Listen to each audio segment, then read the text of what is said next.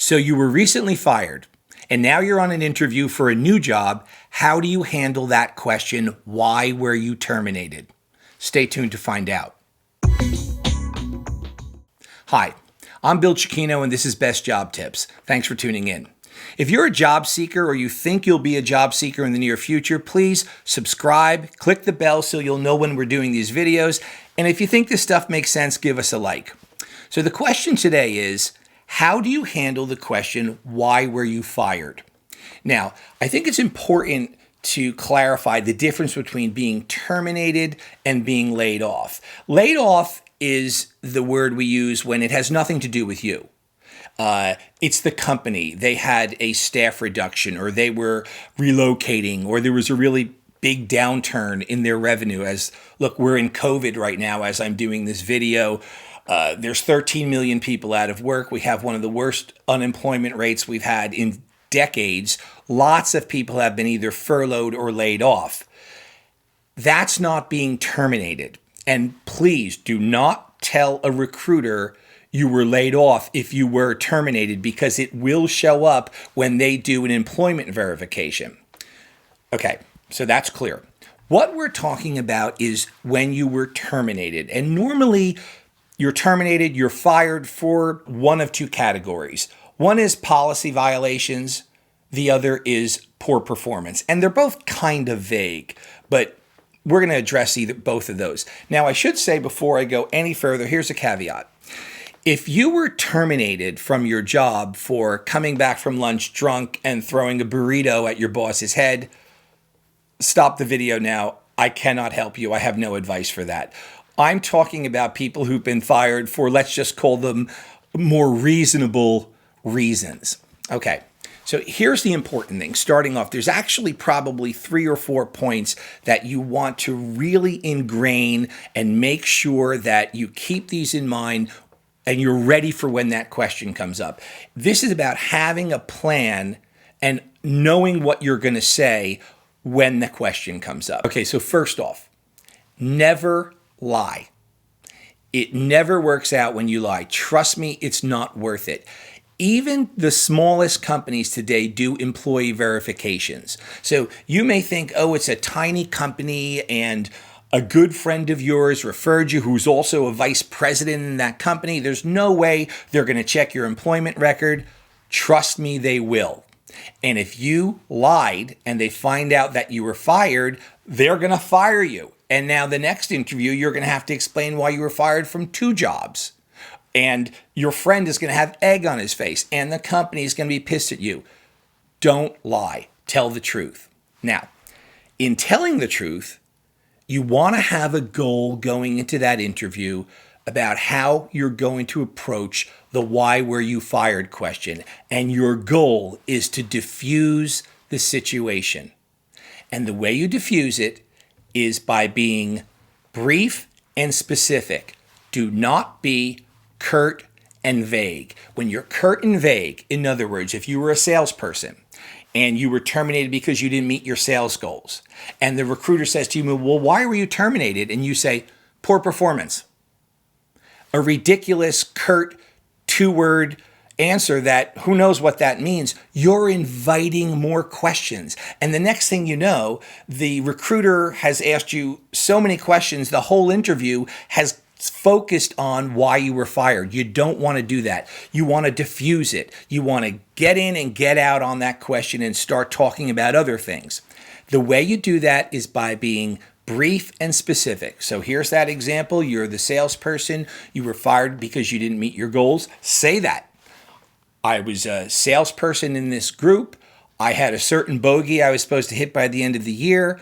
I worked hard. I had a lot of leads to follow up, but I didn't meet my target, and so I was let go. It's specific. It gives. Now you're still going to ask. They're going to ask you some questions. Obviously, they will ask you, well, what was your goal, and why do you think you didn't make it? But it's not going to be a flood of questions. Okay. Third point. After you're telling the truth, you're being brief and specific. The third one is own it. Do not spread the blame. And now I'm going to do a little caveat here. Headhunters, and I am a working headhunter. If you watched any of these videos, I'm not a career coach. I'm a headhunter, and I'm telling you this. Headhunters are notoriously dismissive of candidates who have been terminated. Okay? So I'm just being honest with you there. So this is just another reason why you really want to have your story, your plan together on how you're going to convey why you were terminated. And I'm going to give you an example about owning it and not owning it, and interestingly, from the same candidate. I interviewed a guy a year or so ago, and he was younger, but he wasn't a kid. He had a few years of experience, and he was a trader, and a successful trader, okay? He did a really good job as a trader. He got terminated for sending an inappropriate image to one of the other guys on the desk. So when I interviewed him, I said to him, "Why were you fired? What happened?" And he said to me, "You know what?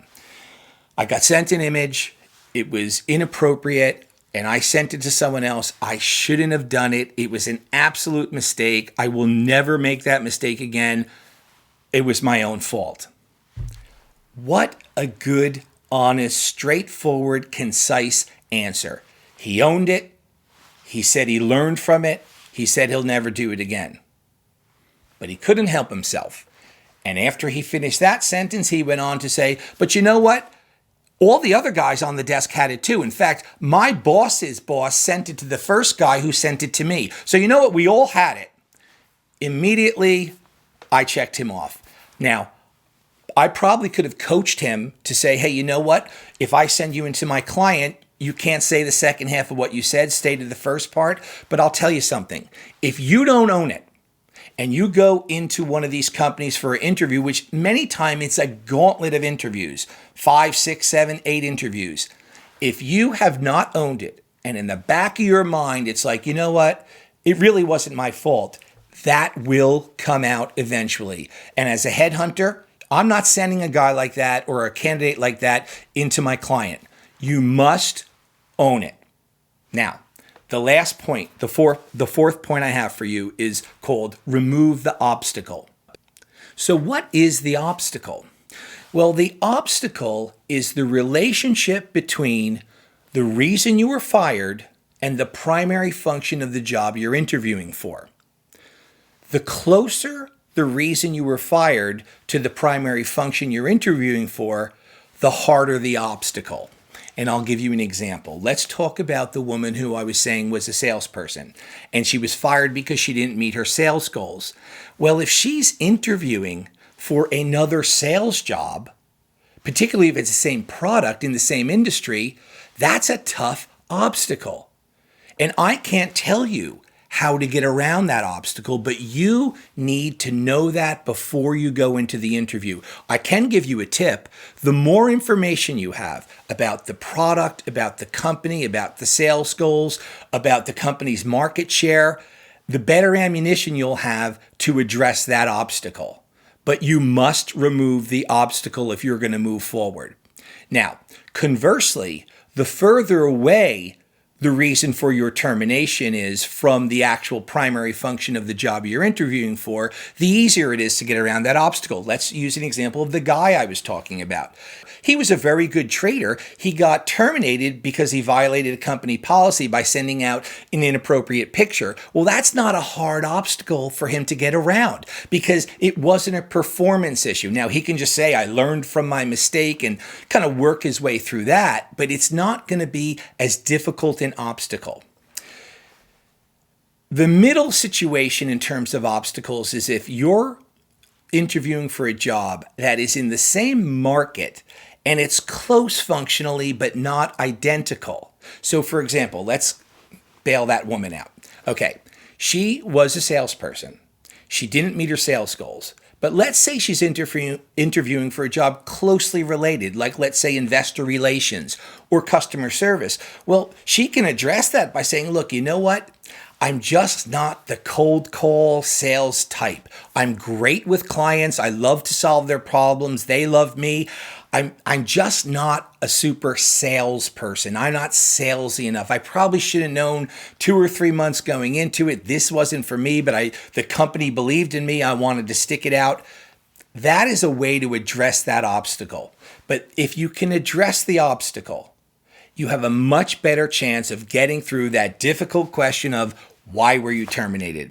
Okay, so I hope this helps. It's a difficult situation if you were terminated, but you know what? You got no choice. You got to get out there, have a plan, tell the truth, be brief but specific, own it, and try to remove that obstacle. And that's going to take you doing some homework to make sure you can address it properly.